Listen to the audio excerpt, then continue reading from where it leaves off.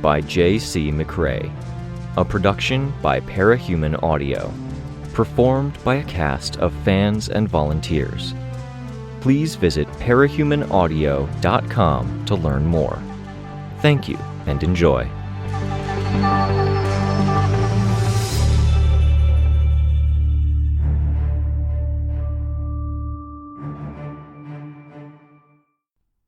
Arc 19, Infrared, Chapter 1. I wanted to say we'd kicked the hornet's nest, with a whole mess of Titans abruptly shifting their behavior in a response to our behavior, but the reality was that we were the hornets, and they were the comparatively huge figures who we could only nip at and sting. They were the ones with the tools to answer us, disarm us, to protect themselves. Our sole advantage was that the Wardens had picked our battlefield well. We were distant from the other Titans, with only Titan Scotty as our immediate threat and signifier that we were doing something right.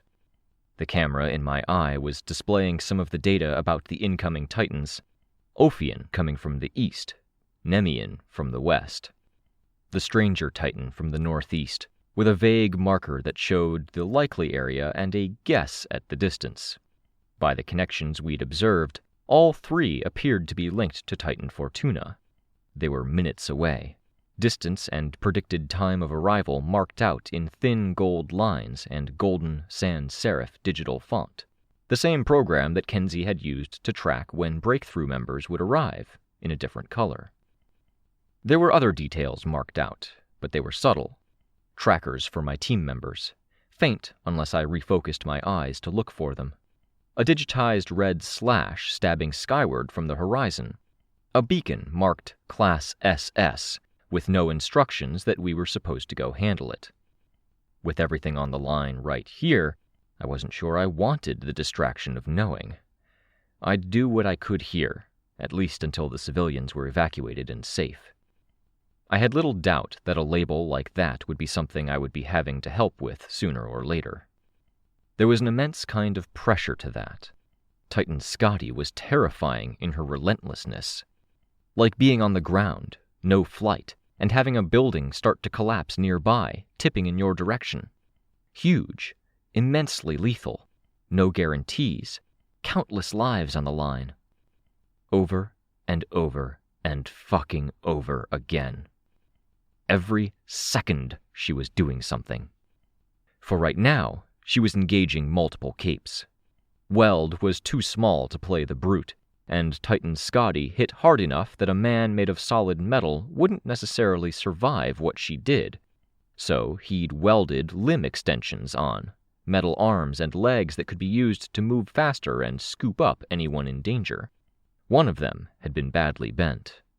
Gibbet was using her power to create large metal cranes, while flyers flew the crane's hooks into gaps in Scotty's armor plating. Mostly, though, it seemed aimed at slowing down Scotty's attacks, snagging at her arms and limiting her range of movement, caging her in. It was a coordinated assault that included some shaker powers, Tristan's among them, protecting the convoy that was making its way into the crack. I floated, waiting, one eye on the numbers that showed incoming Titans, another eye on Titan Scotty and the capes around her. I floated this way and that, ensuring my view of her was clear of obstacles. I saw the crimson in her fade out, and I hauled back on the trigger. The beam speared out, the machinery of the gun shuddering violently enough it almost canceled my force field. The beam raked her from axe hand to elbow. I was ready for her to appear beside me, but she carried through on her plan. The building didn't fall on me this time. She reappeared, close to the helicopters, but the impact from the shot I'd just fired had shifted her balance imperceptibly, shifted the position of one hand perceptibly, so it didn't come down with the speed or angle she'd intended. One axe hand punched into the back of a truck that was carrying people. The one I'd shot came down a second or two after, where Gibbet's cranes were already growing and crisscrossing. Metal creaked, bent, broke, and toppled. I'd bought a second or two, which let Gibbet buy another two. That was time enough for someone to get a force field up, for vehicles to veer away, one truck's side scraping against another in its haste. I'd been an Alexandria light. Now I played the role of a faux legend, counting my shots carefully, mindful of battery, taking in the whole battlefield and figuring out where I needed to deliver the heavy fire. It required a different mindset. I couldn't identify the biggest problem, charge in with 95% of a plan in mind, and figure out what I was doing as I got between my target and the thing they were trying to accomplish. I had to line up my shots, make sure nobody was in the way, either in front of my target or behind her, and make every shot count.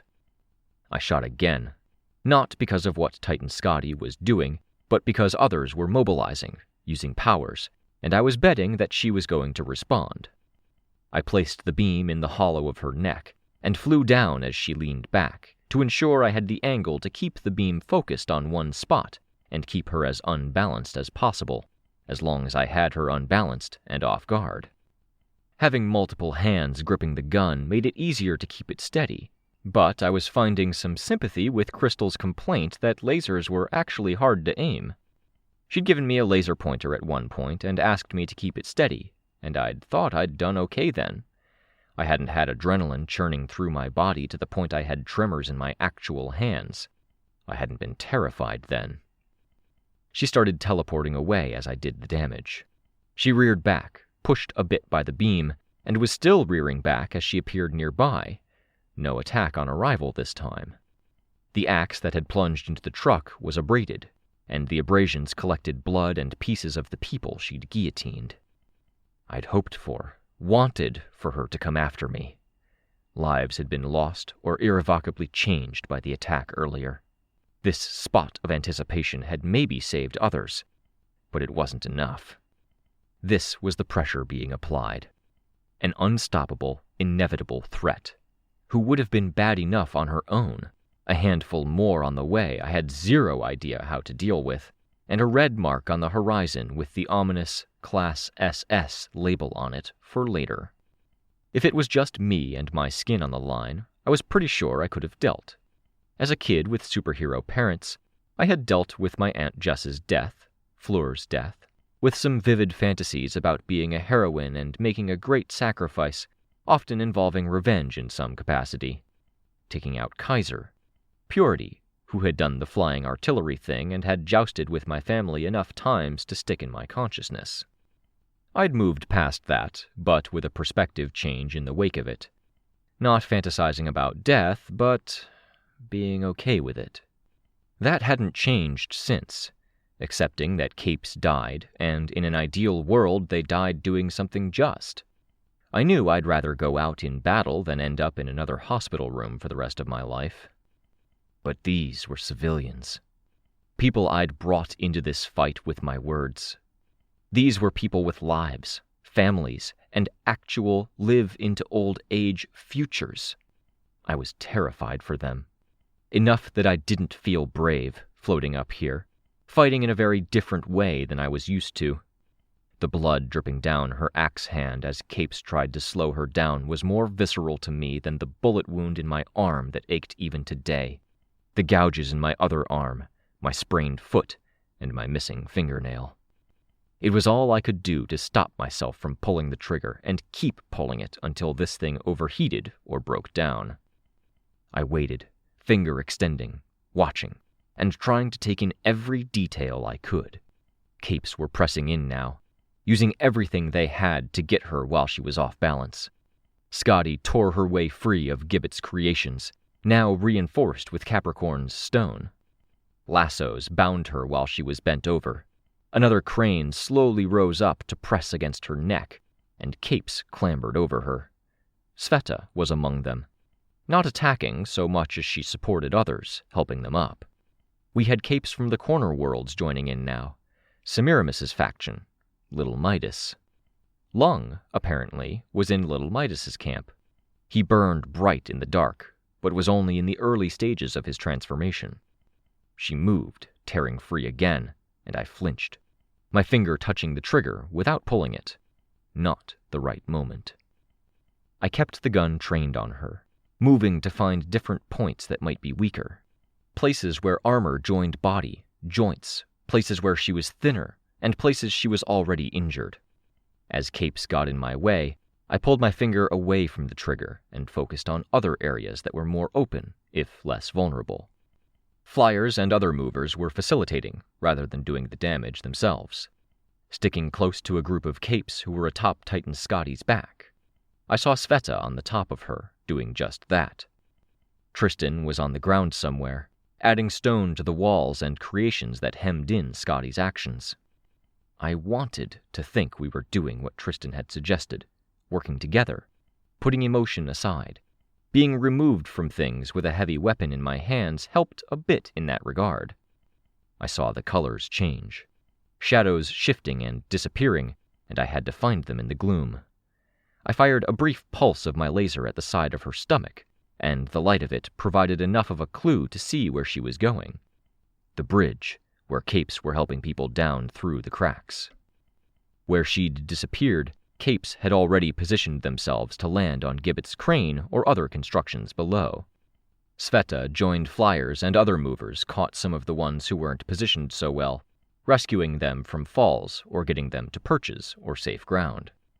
I fired a sustained shot directly into Titan Scotty's face. It was bright enough in the gloom that shadows chased my eye movements. Fuck, come on, flinch, come for me. She wasn't reacting enough, and the other capes who joined me in attacking her were slowing her down, but not enough to outright interrupt or stop her. Being flying artillery wasn't in my skill set. In a fight where I was using my force field and strength, I'd usually have ideas for options. I, Victoria Dallin, Glory Girl, Antares, didn't often run into situations where I was in position, but what I could do wasn't enough. 99 times out of 100, if I could get up close and they couldn't get away, I could do exactly as much damage as I wanted to. I needed a plan. I had to reach for examples for battle plans. I wasn't familiar enough with legend to be inspired by him. Crystal, then. I could remember debates where my aunt and kid cousin had been annoyed at Crystal's habit of dipping into the fight. I dipped. I dove, letting my laser cannon fall more than I carried it. Cold wind whipped past me as I closed the distance on Titan Scotty, who had her back to me. I started shooting as I got closer.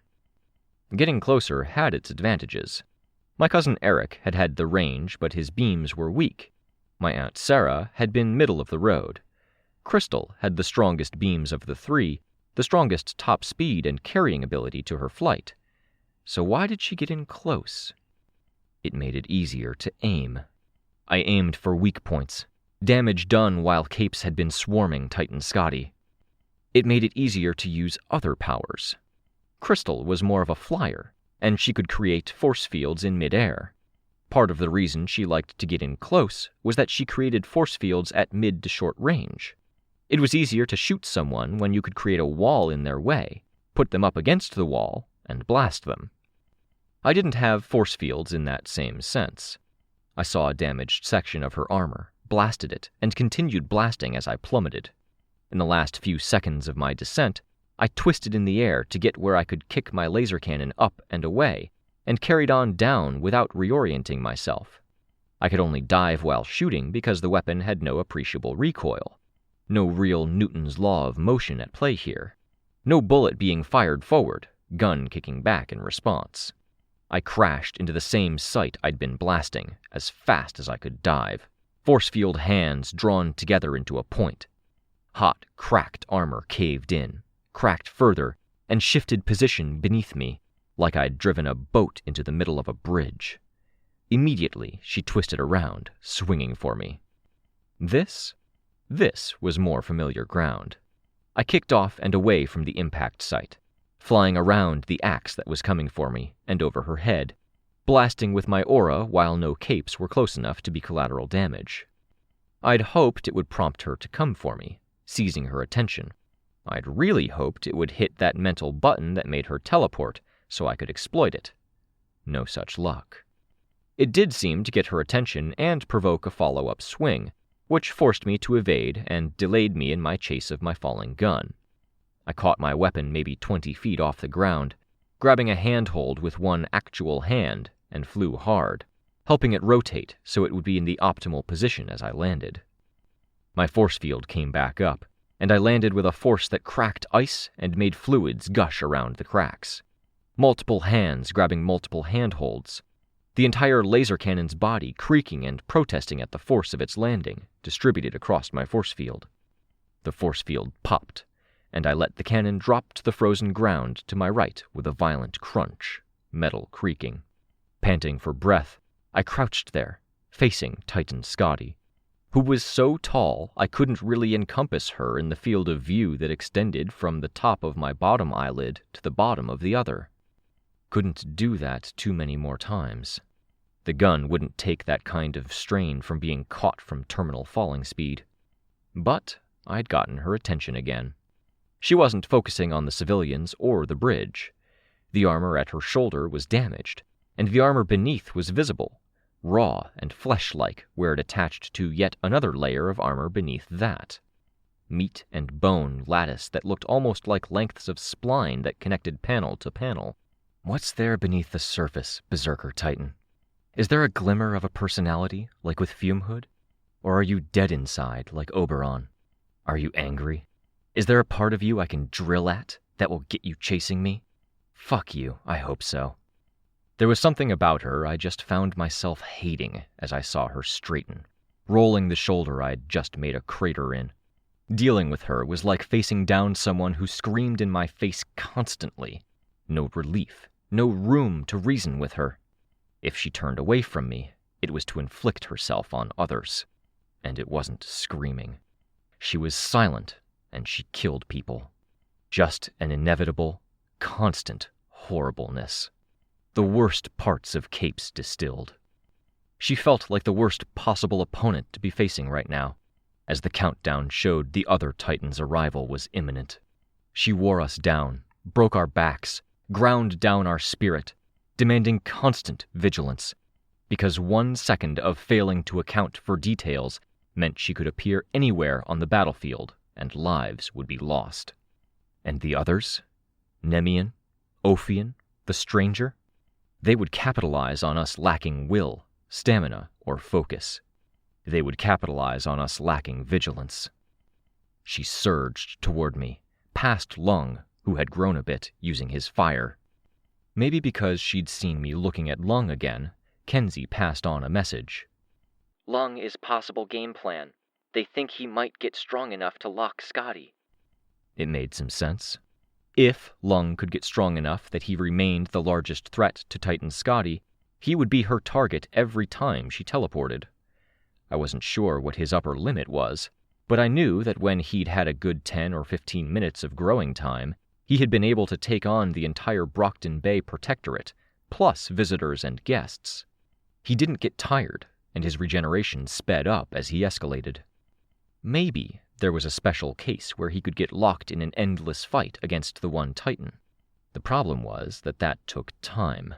We had a minute before Nemean arrived. The others would come shortly after. With my force field, I picked up the edge of the gun, then found the handholds. I hadn't even lifted it fully off the ground before I fired, aiming for the worst damage at the side of her head. I floated, and I was slow to take to the air with my burden. I wasn't going to leave it behind, though. I kept shooting until I heard the beep, the double beep, and the triple beep that marked the weapon overheating. Capes erected barriers and weapons. Laser lassos, cranes, outcroppings of rock, force fields. A few brutes got in the way. Fuck you, I thought, staring her down. I spared a brief glance toward the people who were descending into the crack below. I'm not going to leave this weapon where you can smash it. If you want it, you're going to have to make me drop it, and I'm going to fight you every step of the way. It wasn't enough to stop her. I braced for the impact. The number of defenses going up between me and the Titan increased. More force fields, more barriers, spikes. A few capes stepped in as she slowed down. I kept firing, floating back while I did it. First thought, aw, baby cousin got a laser of her own, I heard the voice. Another laser joined mine, firing in the same general direction. Second thought, How the hell did you get a long-ranged laser and put yourself in a position to collect more injuries? Crystal called down to me. She grimaced as she made another crimson force field, which Scotty immediately shattered by lurching through it. I got the idea from you. Lies! Reinforcements. The wardens were on top of things, and as the clock ticked down the last 20 seconds for the Nemean Titan to appear on the scene, our guys were already here, relocating and preparing us for the imminent attacks. Good job, wardens. You got so much shit for breaking formation and getting into the thick of it, I called out.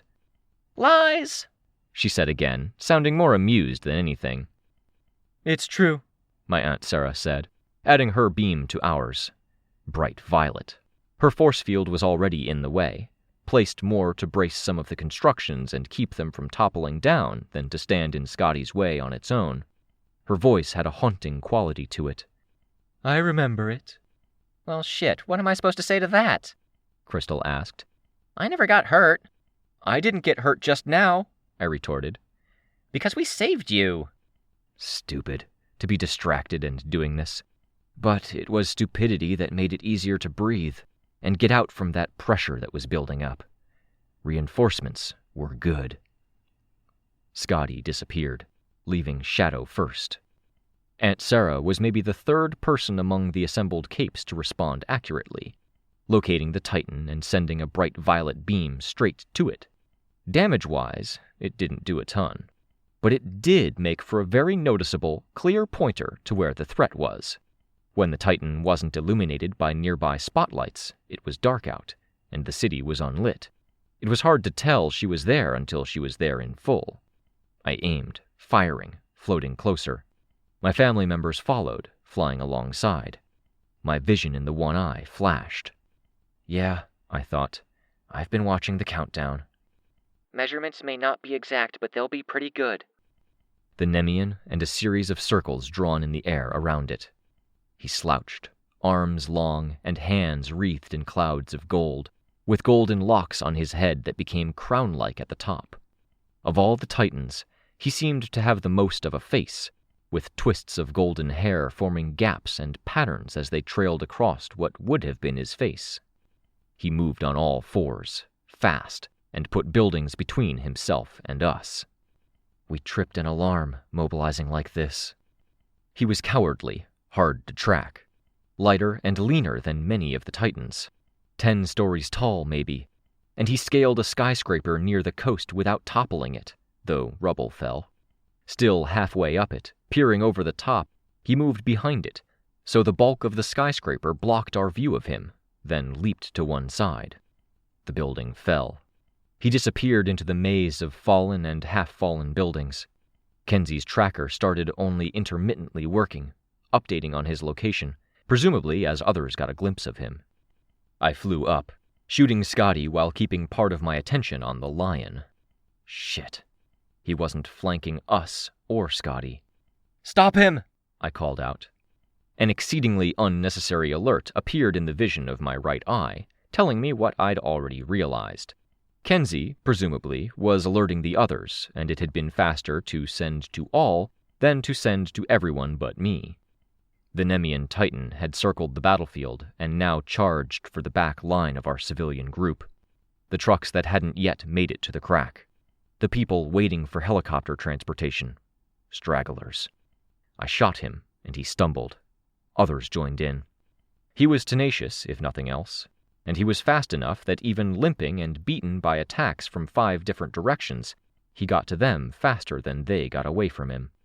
I watched as people fell like dominoes. Trucks that had been moving veered off the road or collided with one another, and he stood taller, no longer moving on all fours. His body shifted composition. I shot again. He hopped to one side, rolling on landing, and ended up with all 4 legs beneath him, clawed extremities set so far apart his belly almost grazed the ground. I shot again, holding down the trigger, mindful of the civilians who were so hard to make out in the gloom, and he sprung to the one side, tore free of 2 glowing lassos that tried to shackle him, and got closer to the middle of our civilian group.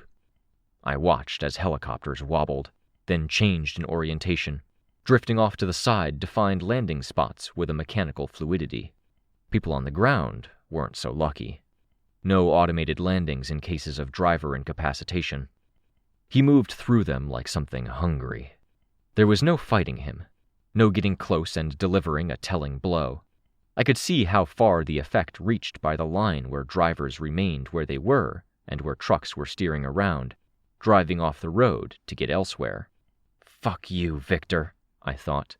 You hurt so many people for selfish, ignorant reasons, and you became this? Just doing more of the same. I focused my laser on him. Crystal and Aunt Sarah did the same. He didn't like being shot. Nothing suggested he was more fragile than Scotty, but as a Titan, he seemed to have a wholly different personality. He backed off as the lasers focused him down, and darted around a building as a feint, reversing direction while we couldn't clearly see him, before sprinting off in another direction, toward our ground-based reinforcements. Capes shot him from the one flank, while we bombarded him from the other, suppressing, buying time for people to shake off the stupor that came with being too close to the skill-stealing Nemean Titan and start driving or flying toward the crack in reality. Off to the side, more reinforcements flowed into the crack in reality as Scotty teleported, presumably down, aiming for the people below. I flew to a vantage point where I could focus on the Nemean Titan while watching out for Scotty. Aunt Sarah saw her before I did, peering past the gloom with eyes that saw light in a different way. The laser she fired down at Scotty marked the target I was aiming for. The cannon shuddered as I fired, and I heard 2 chimes. Not the beeps that marked heat level. Battery. I was half out. It was too much to stay on top of. 2 highly mobile enemies who barely flinched when we attacked them. I had a responsibility to stall them, slow them down, and stop them from getting to the civilians. The best of humankind throwing themselves into this hot mess to try to make a difference.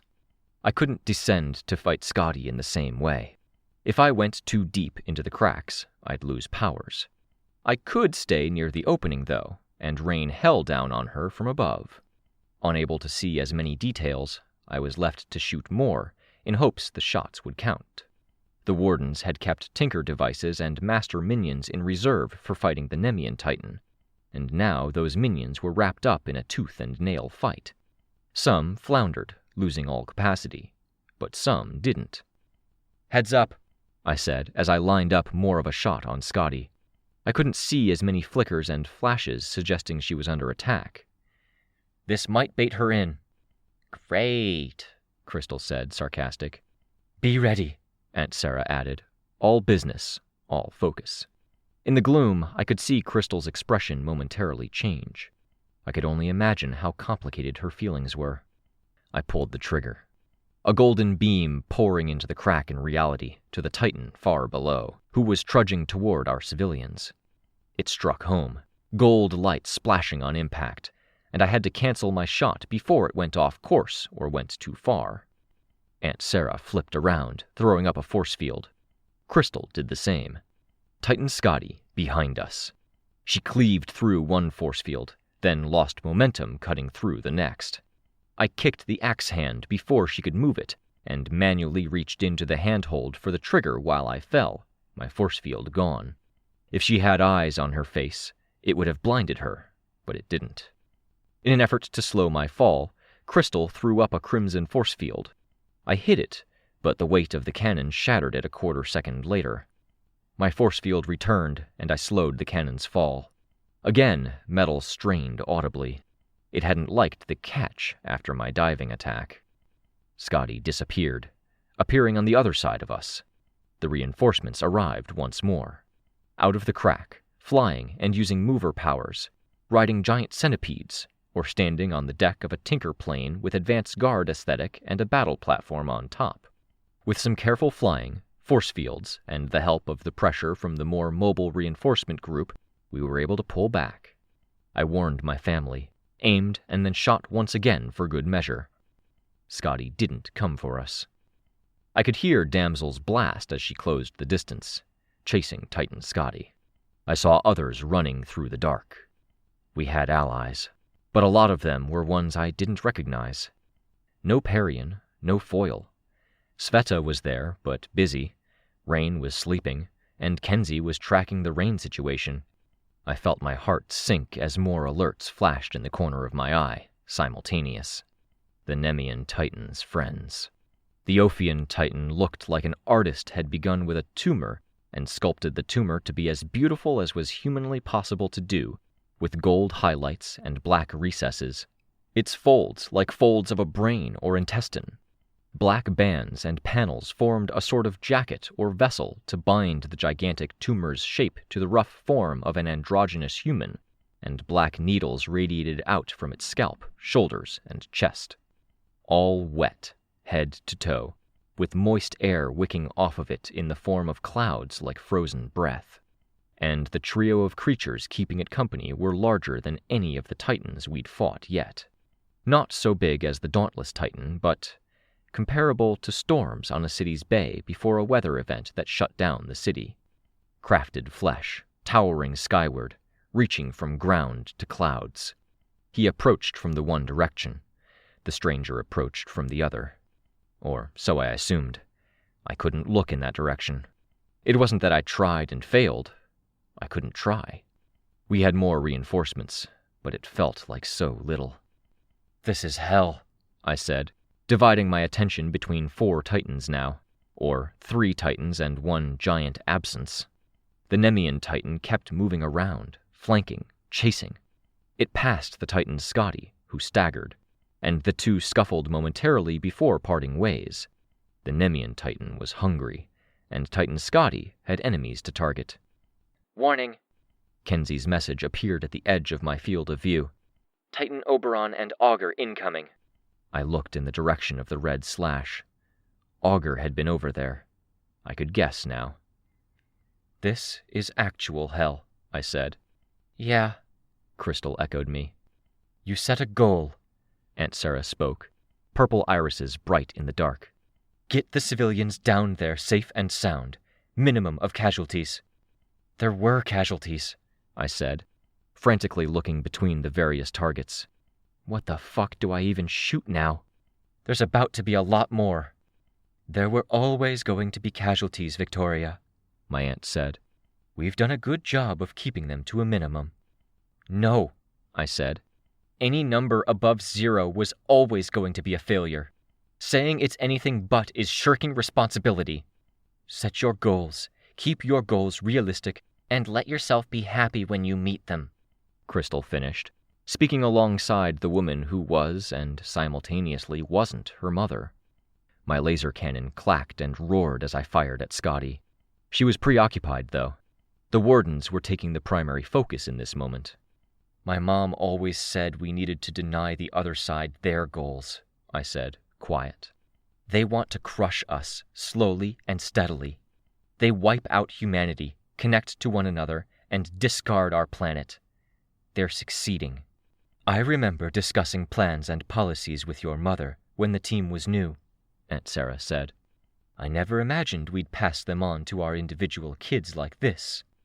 "Thinking a lot about memories and remembering?" I asked, words less aimed at her and more at the darkness that pressed in all around us.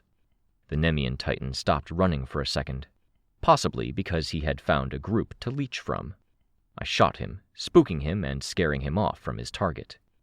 Each time he ate, he stood a little taller, moved more confidently. Not that I could lock my attention to him.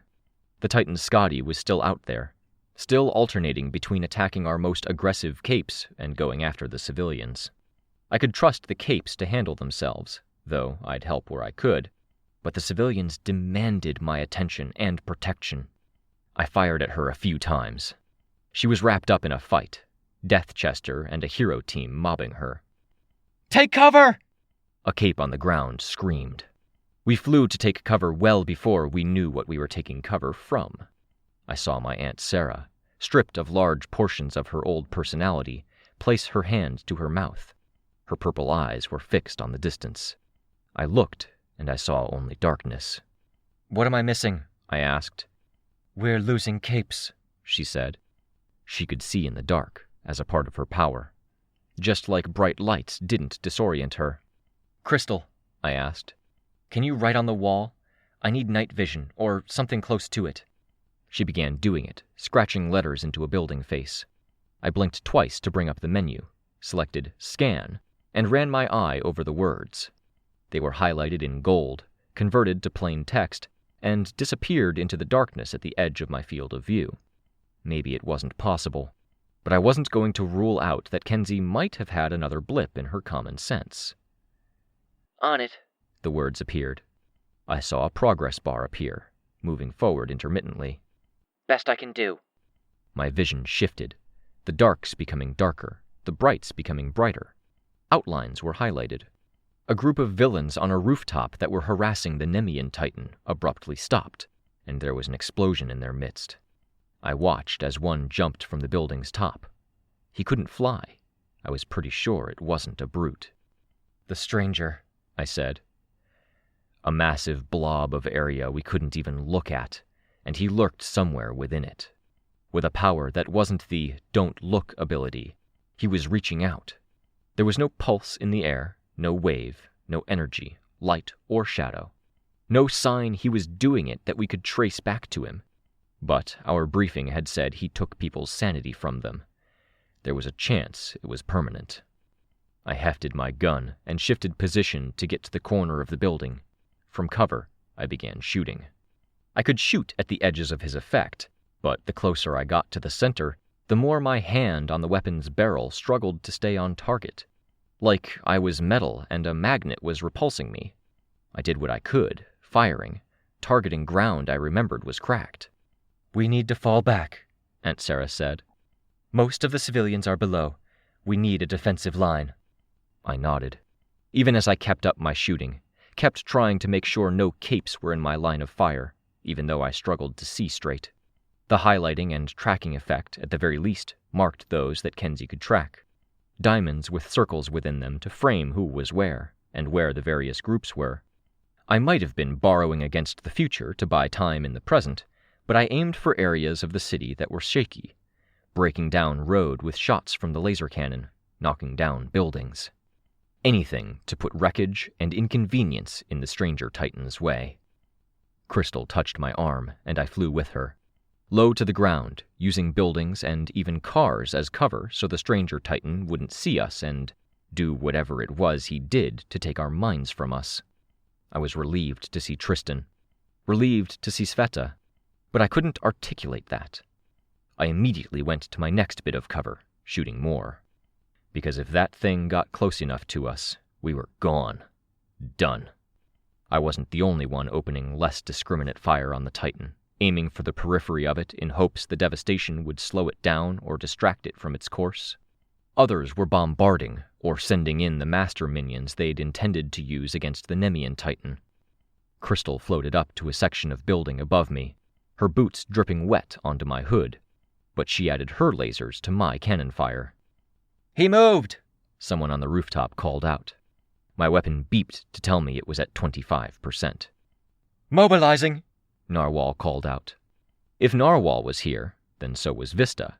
And Vista being here, I just had to look to spot the lip of one crane in reality being peeled upward to form a kind of wall.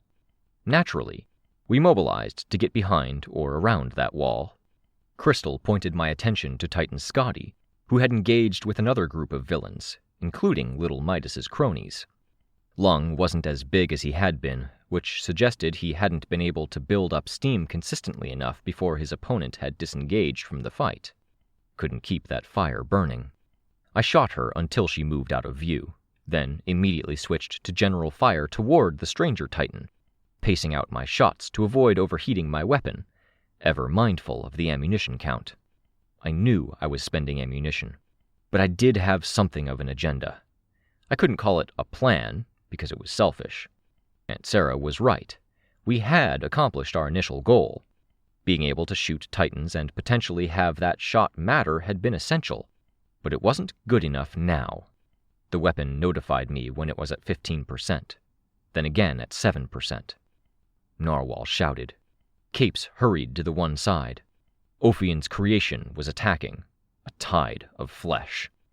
I added my gunfire to the response, flying up for a vantage point that didn't risk shooting some cape in the back of the head, then putting shots in the thing, until I pulled the trigger and nothing came out. I dropped it, undid the clasps, and hauled out the power cell. "Can someone fling this at one of the Titans?" I asked. "I don't know if it'll do anything, but it can't hurt." "Let me tinker it," someone said. "It'll do something." I let them. "Find someone to do something with it after."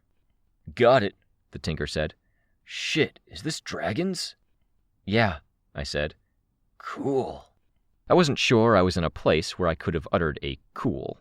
The Nemean Titan was prowling at the periphery, looking for an excuse to lunge into our midst, at which point there'd be nothing we could do.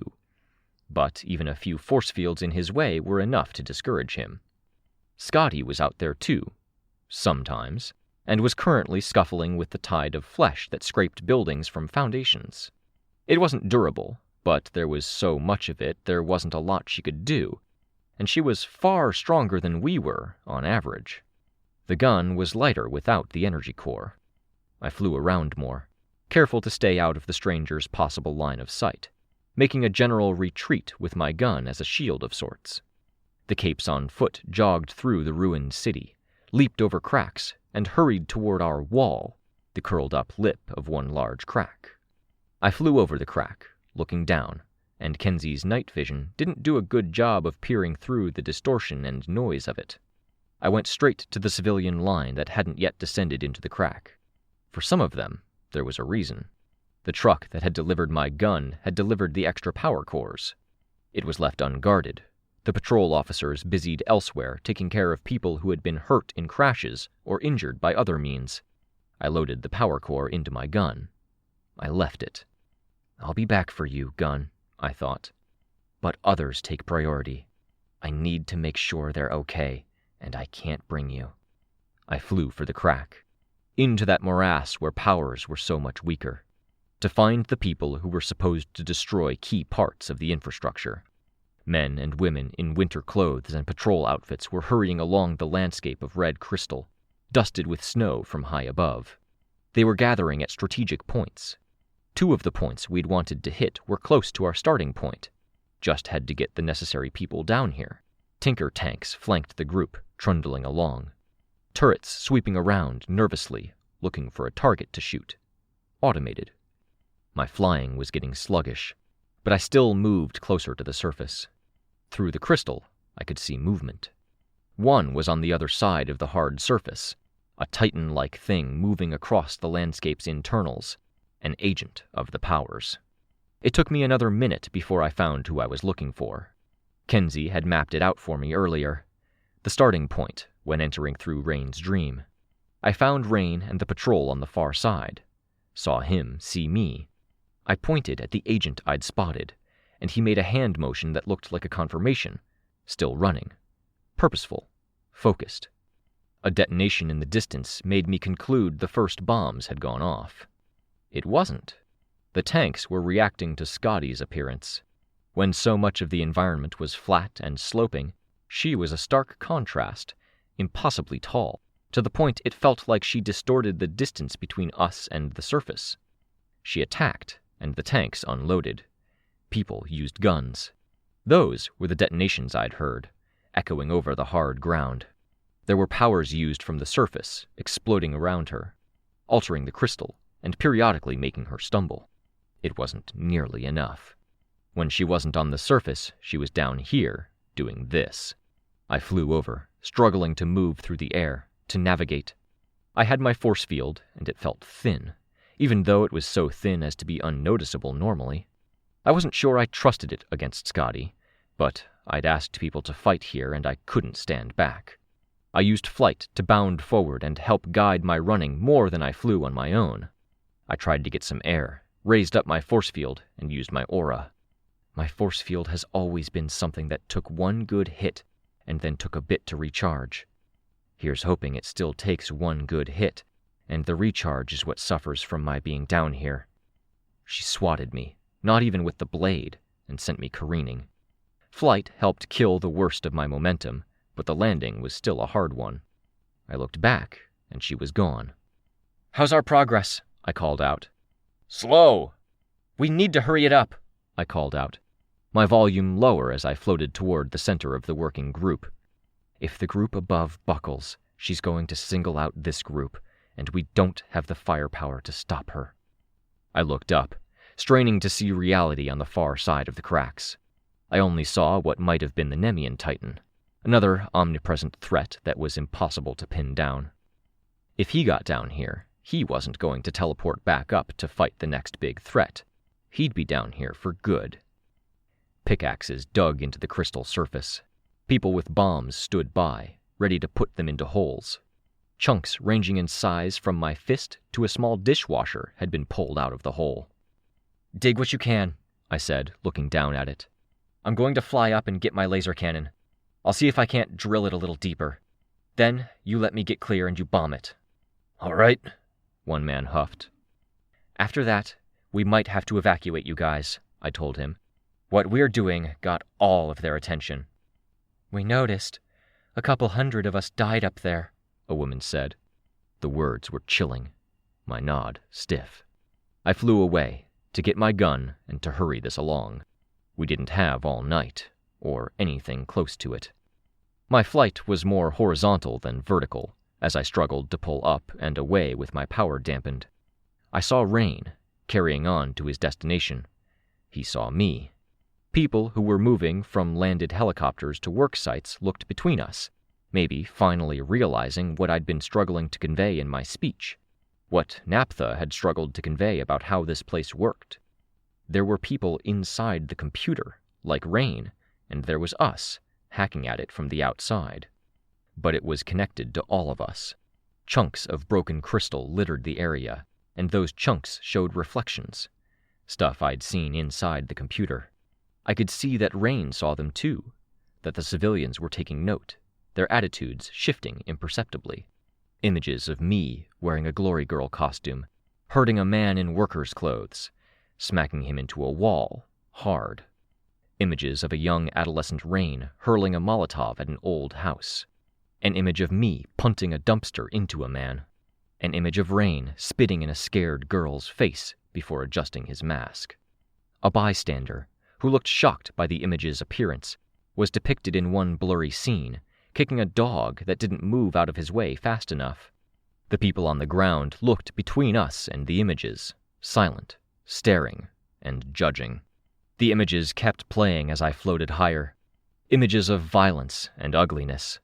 Parts of myself I was sure I didn't want to face. Images of Rein, the periodic bystander who might have had a corona pollentia. We had no other choice.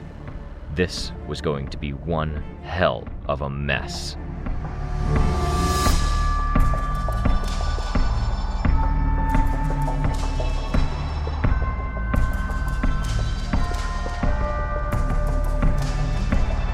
This was a production of Ward by Parahuman Audio.